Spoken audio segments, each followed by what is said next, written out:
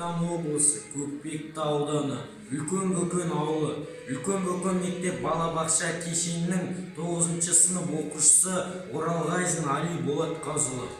Абай Құнанбаев Ескендір поэмасы. Осы жұрт Ескендірді біле мекен, Македония шаһары оған мекен. Филипп патша баласы еркөңілді, мақтан сүйгіш қызғаншақ адам екен. Филипп өлді, Ескендір патша болды, жасы әрең 21-ге толды. Өз жұрты аз көрініп көршілерге көз алартып қарады, оңды солды. Сұмдықпен қаскер жиып қаруланды, жақын жерге жау болды, тұраттанды. Көп елді күтінбеген қырды жойды, ханды өлтіріп қаласын тартып алды. Жазасыз жақын жердің бәрін шапты, дарияның суындай қандар ақты.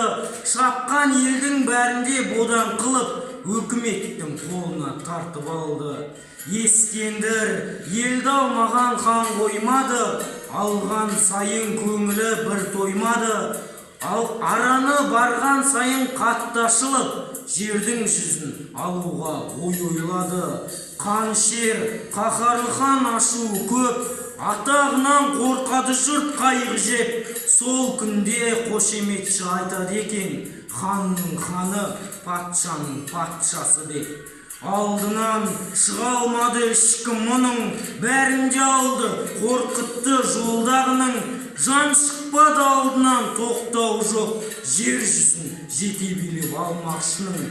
Жүре-жүре бір елсіз шөлге түсті, алып жүрген суының бәрін ішті. Адам, хайуан бәрі де бірдей шөлде, басына Құдай салды қиын істі. Сандалды сар далада су таба алмай, шөлдеген жұрт қайтеді бос қамалмай. Қызметкердің бәрінде өлтірмекші болыпты, шөлдегенге шыдай алмай.